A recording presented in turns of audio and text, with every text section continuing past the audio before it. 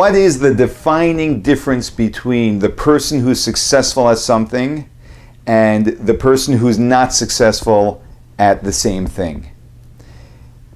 In almost every situation, the difference actually is the level of commitment and desire that the two people have towards what they're doing.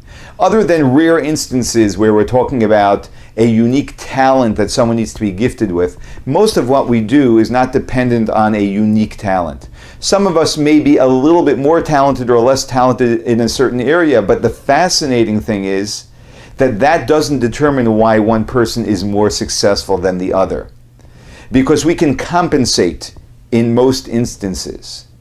It's when someone walks into something with a deep desire to accomplish this, with a commitment to say, I must do this. I look back at certain things that I have done and I'm shocked that I was able to do it.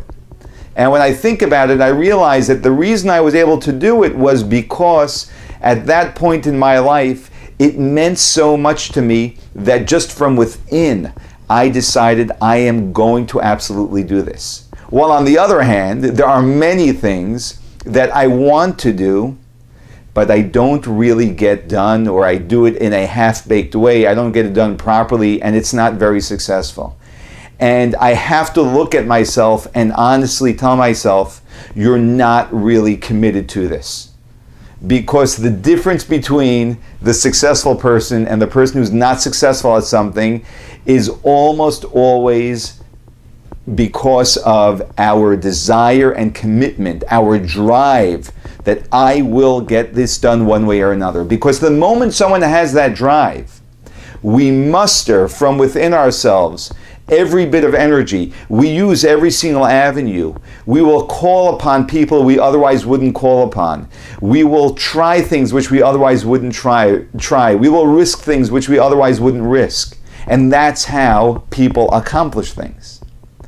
And this is fascinating because the month before Rosh Hashanah, the Jewish New Year, that month is called Elul.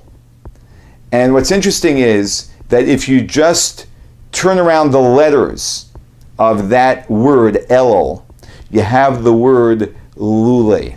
And the word Lule means if only. If only. How many times do we tell ourselves, I would be successful at this if only such and such, if only I had, if only I was able, if only I knew. All of these different things that we say. We always have an excuse in our back pocket as to why we are not getting it done. And so we stand the month before Rosh Hashanah, which is a month of introspection, and we're reminded from the name of the month that as long as we are telling ourselves if only, and those if onlys can be true. They could be true. If only I knew so-and-so, I'd be able to. There's truth to that. But there's a greater truth to the fact that even though I don't know that person, I can still accomplish. Even though I don't have the resources in my pocket, I can find a creative way to get them and still achieve. And so when we do introspection before a new year, we have to remind ourselves that excuses are excuses. Excuses simply say, I am not fully committed to this. When someone is fully committed to it, we always find a way. And that is what commitment is. That I'm committed and therefore I will find a way. I know when I ask someone to help me with something and they give me that commitment, I will help you get this done and we will get it done one way or another. I know they're in all the way. When someone says, let me see what I can do, I will try, I have serious doubts. You know why? Because I know when I say, I will try, I know I'm not really committed. I know when someone tells me they have a problem and I hold their hand and say, listen, we are going to take care of this and I'm not leaving you until it's going to be done. I know I'm in, they know I'm in, and we get it done. Because if A doesn't work, we go to B. If B doesn't work, we go to C. And this is the reason why when the Jewish people came to their prophet, Samuel, and they said, we want to appoint a king over us, God was very upset. The prophet was very upset.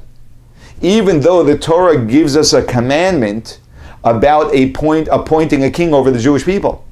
Well, if God commands us to appoint a king, what is the problem with appointing a king? The problem was the way the Jewish people asked for a king. They said, we would like a king like all of the nations surrounding us who have kings. God said, why do you want a king? Do you want a king because you believe that you can move forward by having a king? That you can do better with a king? Or do you want a king because you want to look like the nations around you? Is this coming from a deep place within you where you say, this is something I need and I want? Or are you just saying, I want to follow what everyone else does? The more our desire for something is authentic, it has integrity, because it comes from deep within us with that absolute and firm commitment, the more committed we will be to it and the more effective it will be for us. But as long as we just want it for some external reason, whether it's to look like everyone else, or it's because it would be nice to have that, or to achieve that, or accomplish that, but we're not fully committed to it, it will not stand by us. So next time you attempt an endeavor that was not successful, ask yourself, were you truly committed to it? And better yet, the next time you want something, before you even begin to pursue it, ask yourself, am I fully in?